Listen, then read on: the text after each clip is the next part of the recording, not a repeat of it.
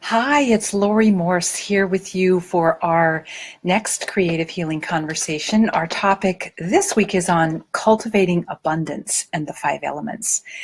And I am your creative healing guide through this journey and conversation as we unpack the truth about creativity in you and me and each of us, especially as far as you're willing to cultivate it for yourself and inside of yourself. It's the life force that heals. It's the life force that brings abundance into your world. And I am defining the word abundance as more from a spiritual definition, which is the idea that we sort of have come into this life financed by the universe with good. So plenty of good, plenty of time, plenty of the feeling of worthiness. We tend to fall into the trap of not enough, right? Not enough self-worth, not enough love, not enough money, not enough time, not enough of the good stuff. And we're going to have part of our conversation today is going to be about how that's actually, we need to turn that upside down. We need to turn that not enough belief mindset and tease the truth out of it.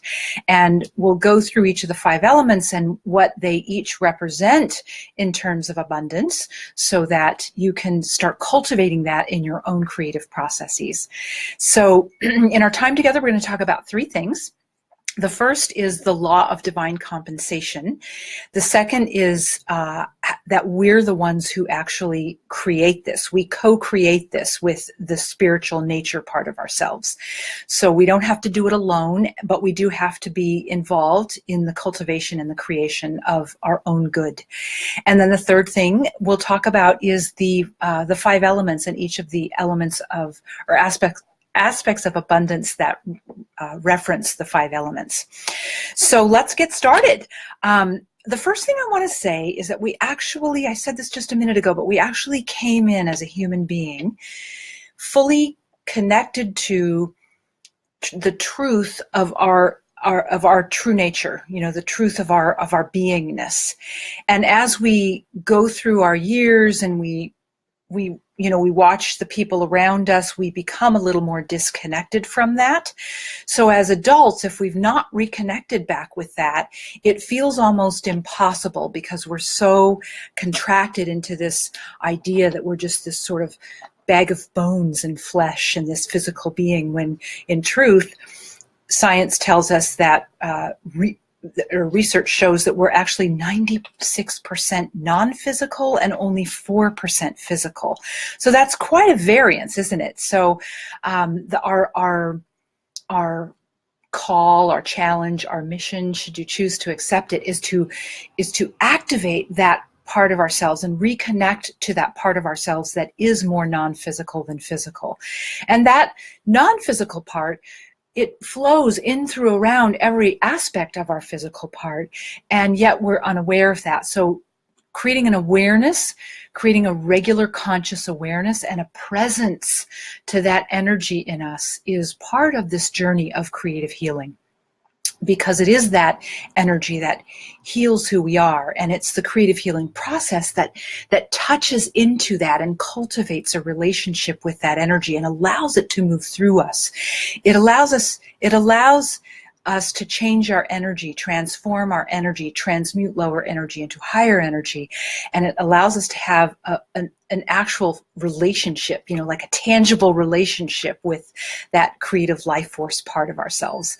And the canvas, the substrate, the platter, whatever aspect of creative healing you're doing, that is simply the container that holds the exchange of energy between us, our conscious intention, our conscious awareness, our conscious presence, and the creative life force. So, and I've said it before, but it is the stuff of magic and miracles when we presence ourselves with it in a regular way, in regular intervals.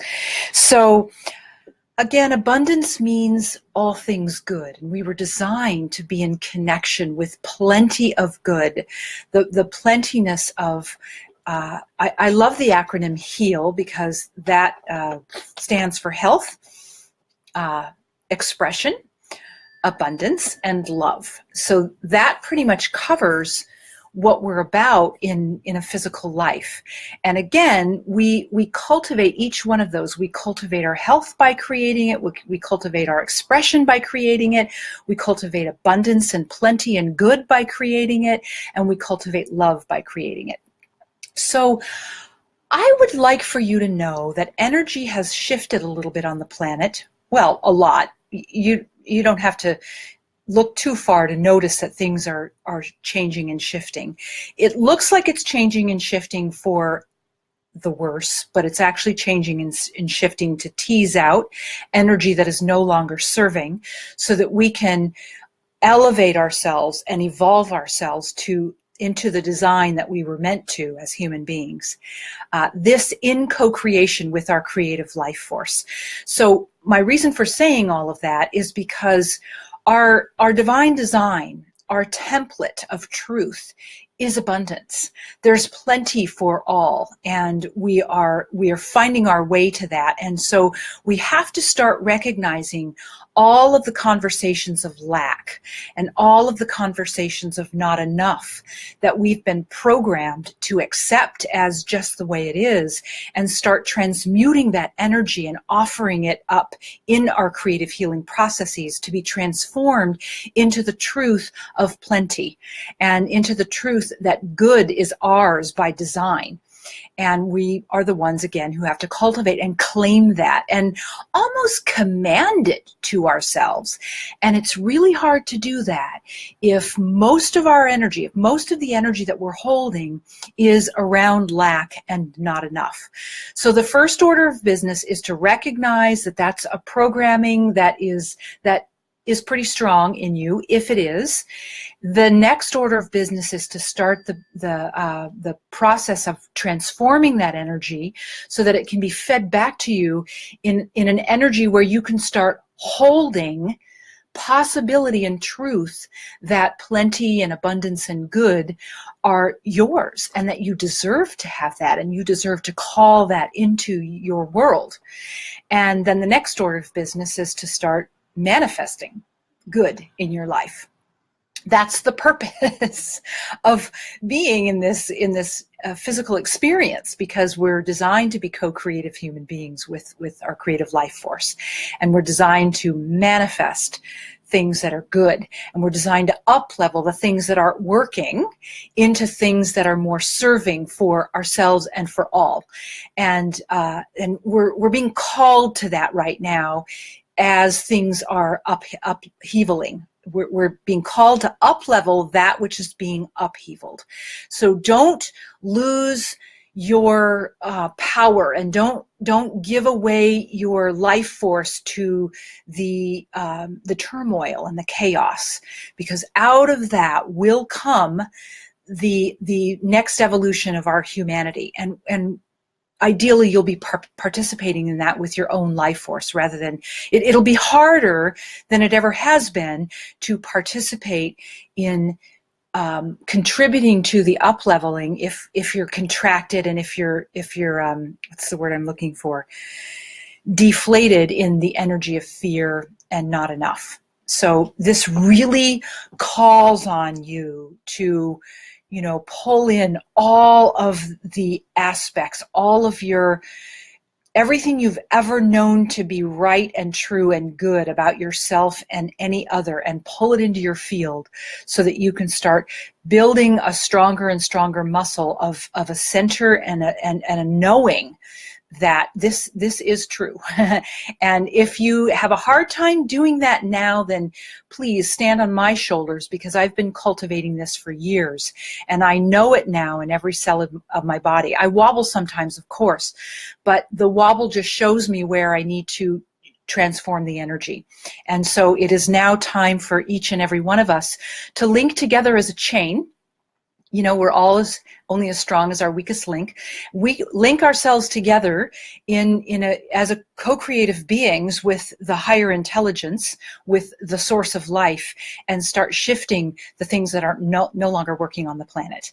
So, and you just start with what isn't working in your life. I mean, you don't have to take on the big planet idea at this point. Take on what isn't working in your life and start shifting that, so you can start proving to yourself that it's possible. And it's not only is it possible, it's our design, and a creative healing process is a perfect portal for it. So let's see. So I think I said everything I wanted to say. I do want to say there are many universal principles. They're sometimes called universal laws.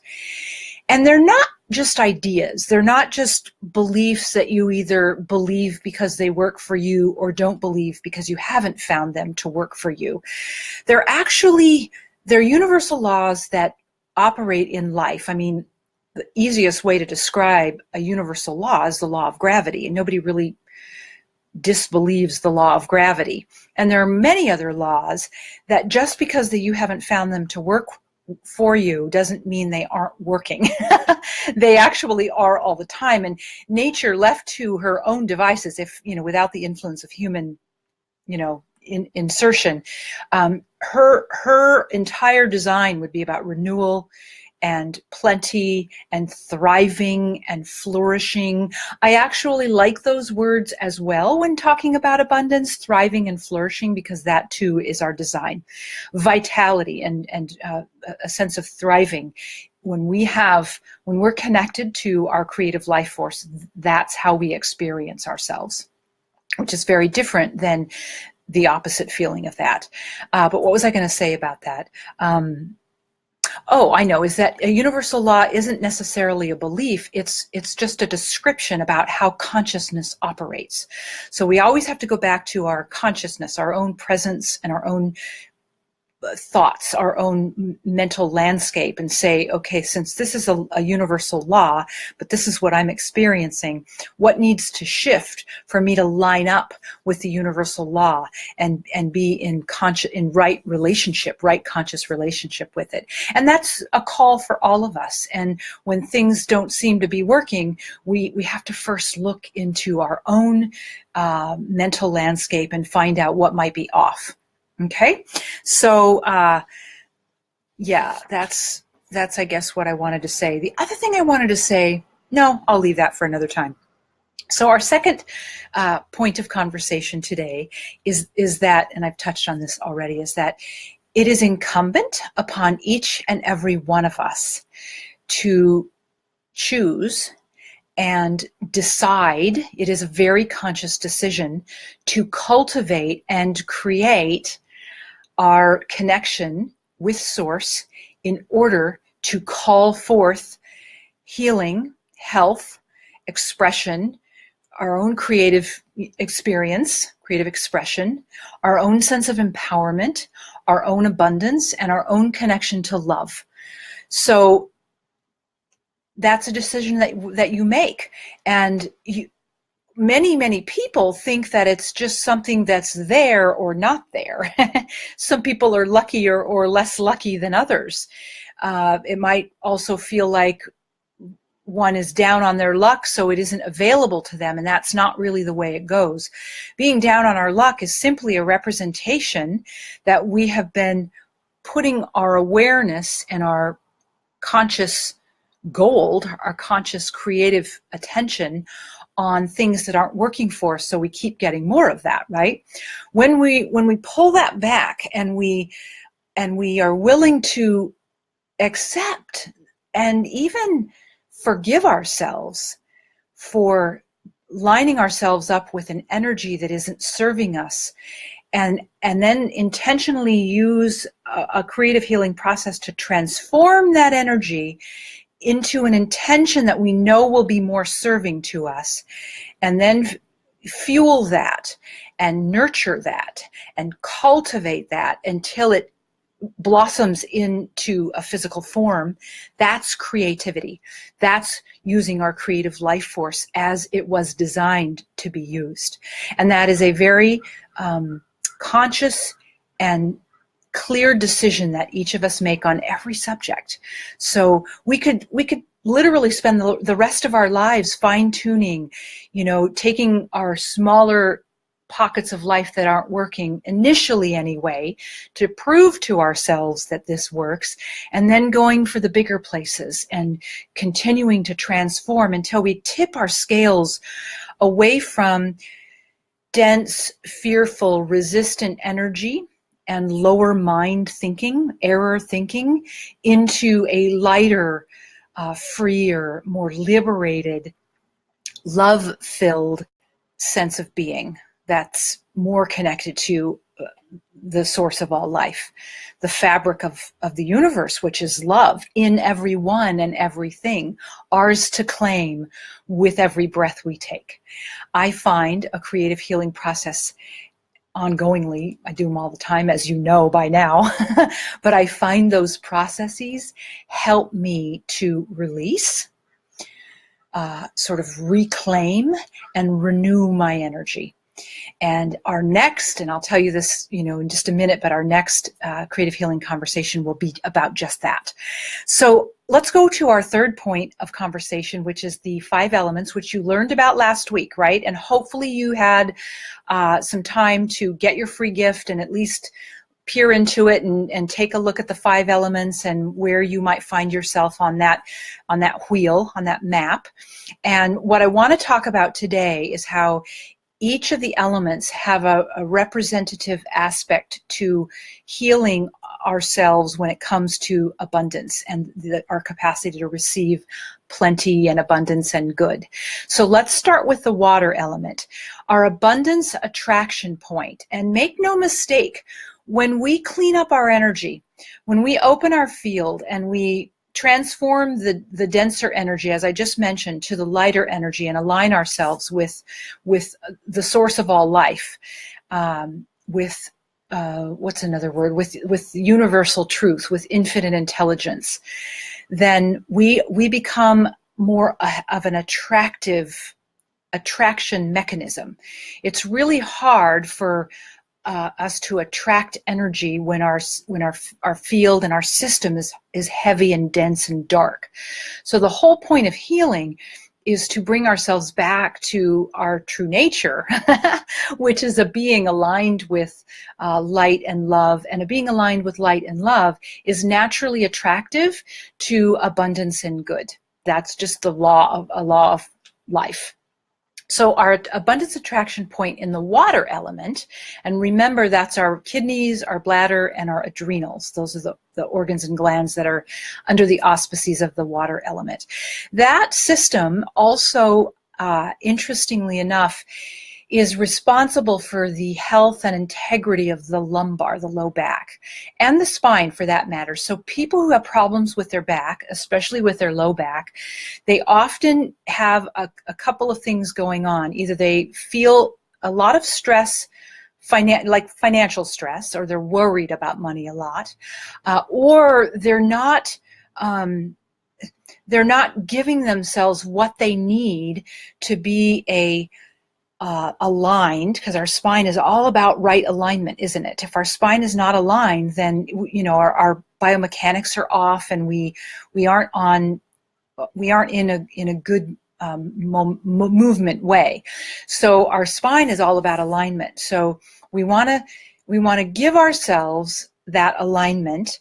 And those two things, if someone has lumbar or back pain, it's usually about financial worry, or they're not giving themselves what their body needs for right alignment on any level, mental, emotional, spiritual, or physical. Remember that Chinese medicine, creative healing processes, meditation, which we're going to talk about at some point, how creative healing processes and meditation are, the research shows they yield the same end result, which is delicious, right?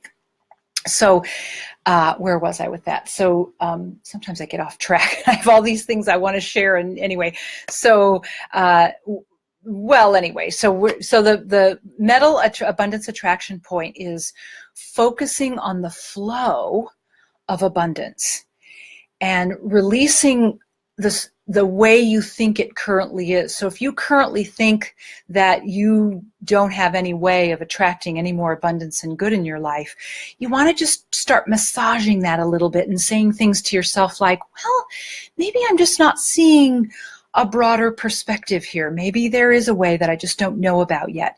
Maybe it's closer to me than I realize, and by me going through releasing old beliefs and old patterns and old ways of thinking that don't actually align myself with good, I will be able to see a different flow of abundance. And one of the ways that has helped me for years, and I still use this, is I say to myself, I like the word plenty, so I use the word plenty a lot because I have been working through for quite a while a not enough piece. Every human being has to work through not enough, but that's a story for another time in terms of how I was able to recognize at the point when I decided to be a human being a really instant not enough experience, and I'll share that with you someday. But anyway, so the idea of not enough time, not enough money, not enough love, not enough whatever, not enough anything. What I tell myself to sort of recalibrate that story that isn't true is I say, gosh, there's plenty of oxygen, there's plenty of air for me to breathe, there is plenty of beauty, there are plenty of trees and nature, and nature, there's so much nature we can't even get our arms around it. Now, if you happen to be living in a concrete city at this very moment and you don't see that, then just step outside of the concrete city, or trust that you know that nature exists in such plentifulness and such abundance that you don't even question that level of plenty and that level of abundance. There's plenty of water for me to drink. Fingers crossed it remains that way on the planet. But anyway, so if you remind yourself, this is a mind need, if you remind yourself of that level of plentiness, you can start shifting the what feels like a solid and concrete belief that there isn't enough, or that there isn't enough for you. There may be enough for others, but there isn't enough for you. So, and I also say that to myself. Anything anyone can have, anyone else can have, which means I can have plenty as well if there's even one other person on the planet who has plenty and abundance. And each one of us gets to define how much abundance we would love to have. So no judgment on how little or how much you decide that you want to have for abundance. But on another note, the more we are taken care of in terms of our physical needs and our capacity to exchange for the things that would give us the most vital expression in our life, the better. So that might be a belief to work through, that having too much is, not spiritual or not good. That's a consideration for you. But make sure you just start getting down in your own conscious awareness, bringing it up from the subconscious, what your true opinions, beliefs, and sticking points are, where you get stuck on your relationship with abundance.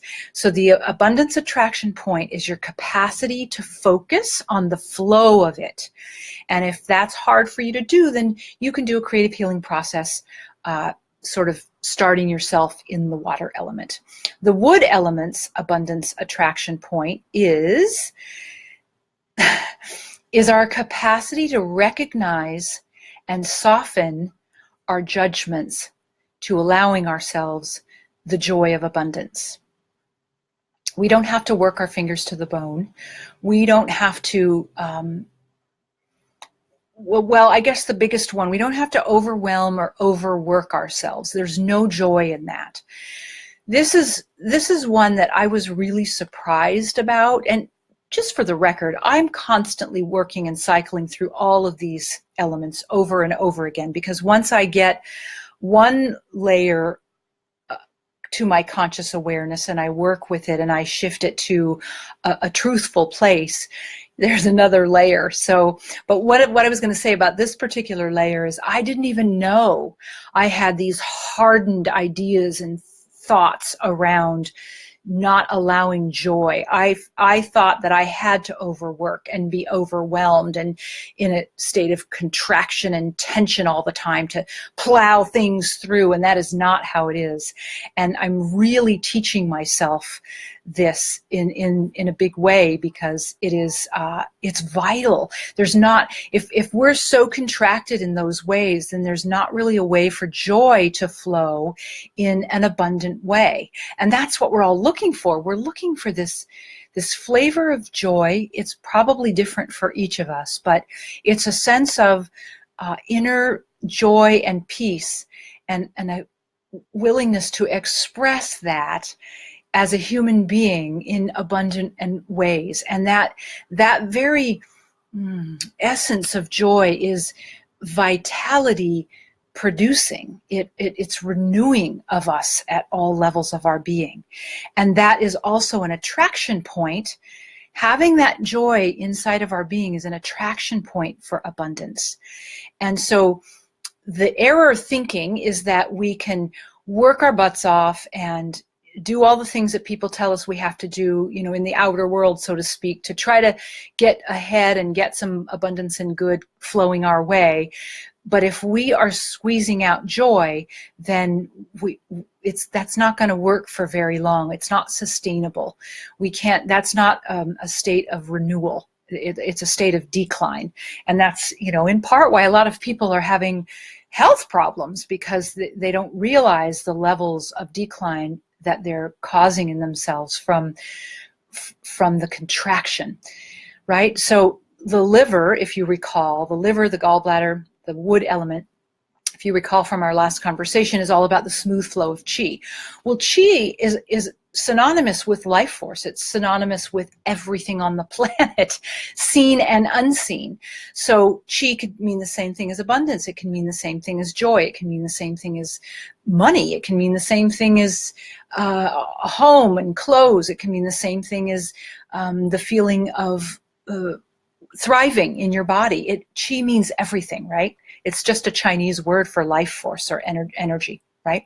So the practice here is softening all of the judgments and criticisms and incorrect ways of thinking that cause us to contract in order for us to open.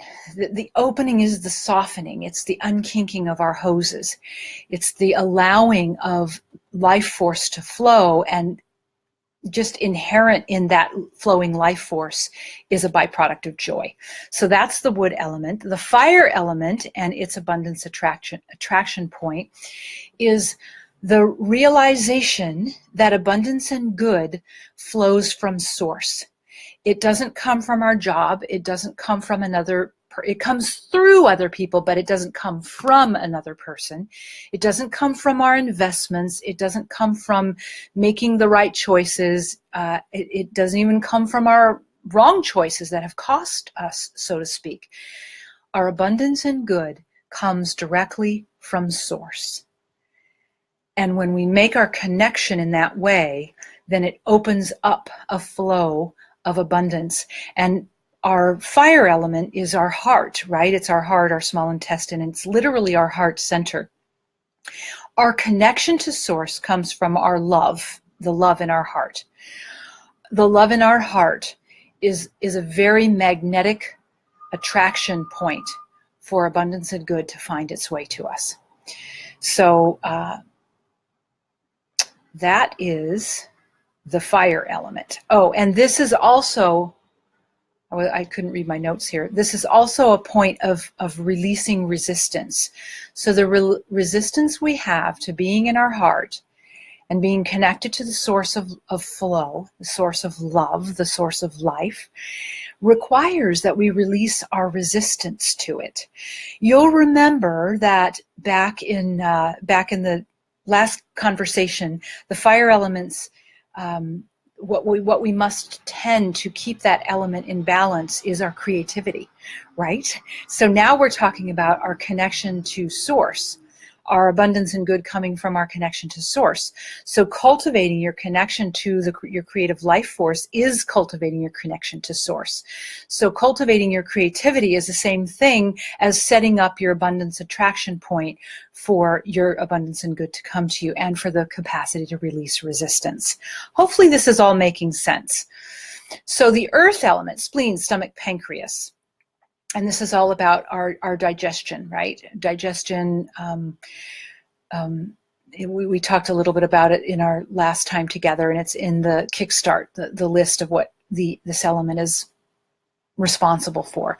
So its abundance attraction point is our willingness to allow ourselves to know that we are worthy of abundance, and to release any justification of that worthiness. It's a big one. It's a big one, because this is the center where we collapse our worthiness, we collapse our value, and we collapse our ability to access our self-worth and our self-love, which is why doing processes around in this element can be so powerful. Because they do tend to, having a self-worth and a self-value touches every aspect of our life. So the point of attraction and the place to work on inside of this element is our worthiness of abundance. Our worthiness that abundance and good is ours by divine right. And what we need to release is our lack of worthiness and any justification that we are given this inheritance, so to speak, of abundance and good by our divine right. The only thing that blocks that is our misalignment with truth, right? And this is the energy that we've talked about, is the denser, darker, lower mind energy, not really connected to the truth, very fear-based, right? And when we start shifting that energy and transforming and transmuting that energy, you will start to touch into a sense of worthiness, and then it will be so inspiring that you'll want to start building more and more of a momentum. You'll want to start growing and cultivating that into a feeling of more and more truth, until it becomes a knowing in every cell of your body. And that does take a little bit of time. All of these things, of course, take a little bit of time. I say of course because we all would like to just flip a switch and have it be changed overnight.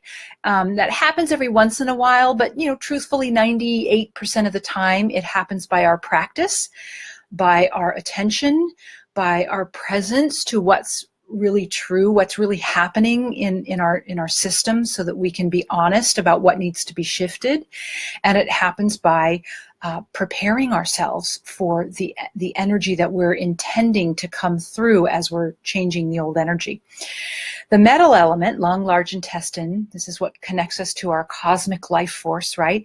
This abundance attraction point is the knowing and the cultivating that only plenty is real, and the willingness to release lack and to release not enough. So we touched on this in that first point in our conversation, right? That we're all programmed that lack is the way it is, and that we're all programmed that there isn't enough for us.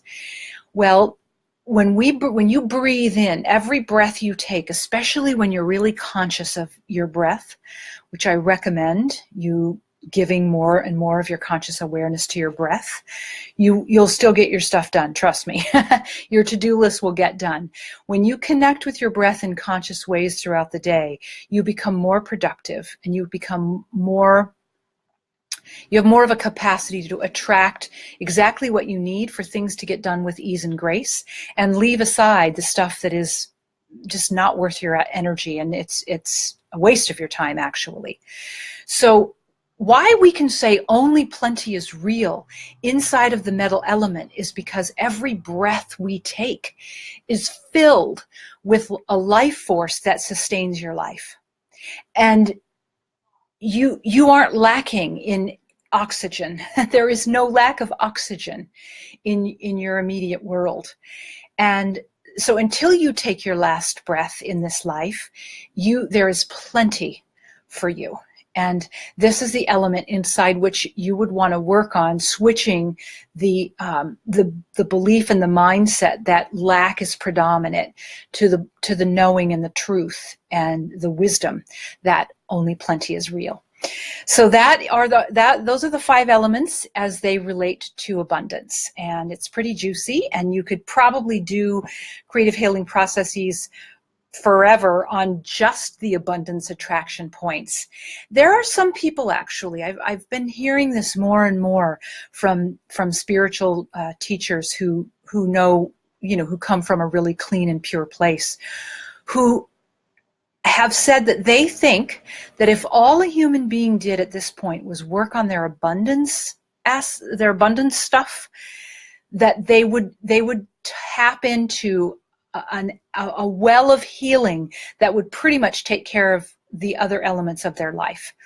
I see the merit in that. I'm not sure it's the path I want to take, but if it were a path that you would that speaks to you and that resonates for you, then I totally honor and support you in doing that, and could see how you could probably clean up all of their crevices and pockets in their life of energy that needs to be returned to love and brought back in the fold of love, that darker, denser energy, just by working on what you're bringing to your conscious awareness around abundance.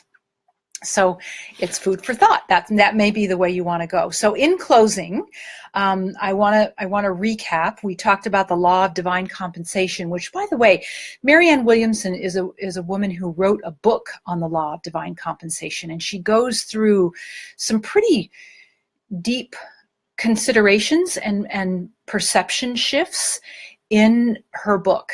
And that's actually, I read her book, she's got many books, but that book in particular about 5 years ago. And I started reprogramming my mind from some very beautiful concepts, like things like the universe is designed to provide for us. I had to tell myself that for a long time because I didn't feel it. I didn't know it. I didn't trust it initially, that the nature of the universe is renewal and rejuvenation. And I had to cultivate the trust and the faith that was true for me, not only in my body, but in all the areas of my life. Now I can easily say and call in a renewal and a restoration and a constant renewal and restoration for every pocket of my life. And I trust that, but I had to cultivate that, and it probably took about a year. And I'll tell you a story. I forgot about this, and I was trying to make this, yeah, we're already over time. I'm going to tell you a story about an investment that went really bad. And that is actually what kicked me in the butt to start doing this work a number of years ago. And I'll save that story for another time. Speaking of stories, I wanted to let you know that our next week's topic is on rewriting your story. On any level, right? So we're going to talk about how to release and renew and rebirth yourself in order that you may rewrite your story. You don't want your story writing you. You want to be writing your story, and that takes a conscious awareness.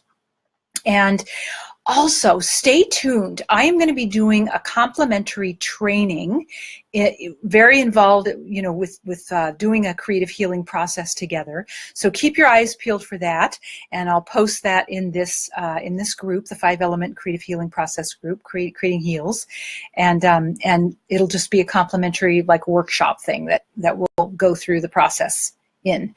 And so your creativity clue for this week, until we meet again, is to notice abundance everywhere. And abundance to you may not be what it means to me or the next person, but whatever feels like the essence of abundance to you, start asking your awareness to bring it into your conscious awareness, into your conscious attention, so that you can start acknowledging the abundance that is everywhere. And start with air. If you have nowhere to start, start with the oxygen you breathe, because you can't deny that. Your mind cannot, veto that one. That's pretty obvious as long as you're alive. And so until next week, when we talk about how to release, renew, and rebirth and rewriting our stories, I wish you a creative and whole week and an abundant week. Laurie Morse signing off.